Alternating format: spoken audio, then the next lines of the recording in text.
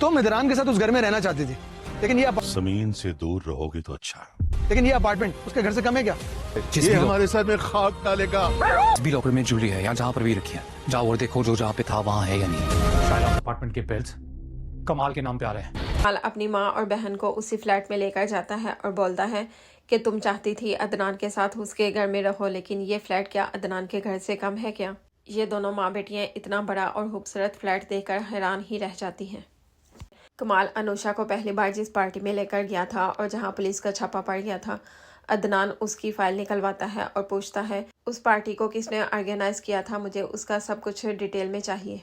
अदनान को कमाल पर शक हो जाता है, इसलिए अदनान कमाल और सजाद दोनों के फ़ोन कॉल्स के रिकॉर्ड निकलवाता है। मुझे इनके कॉल्स की डिटेल चाहिए और ये दोनों आपस में कितनी देर बातें करते हैं, ये सब कुछ मुझे चाहिए। शाजिल समरीन से माफ़ी मांगने आता है, लेकिन उसके बाप को ये बात अच्छी नहीं लगती।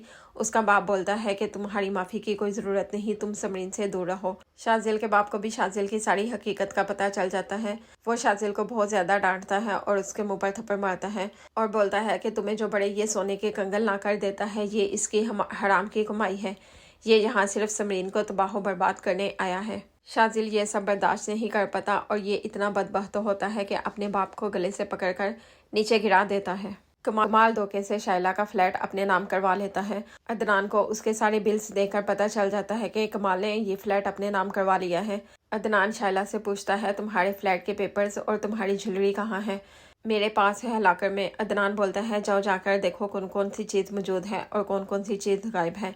शाइला जब जाकर देखती है तो उधर ना फ्लैट के पेपर्स होते हैं और ना ही उसकी ज्वेलरी। अदनान उसे बोलता है कि कमाल ने तुम्हारा फ्लैट अपने नाम करवा लिया है, उस फ्लैट के तमाम बिल्स भी उसी के नाम आते हैं। मैं तुम्हें दिखाऊं उसके सबूत। शाइला ये सब सुनकर हैरान रह जाती है।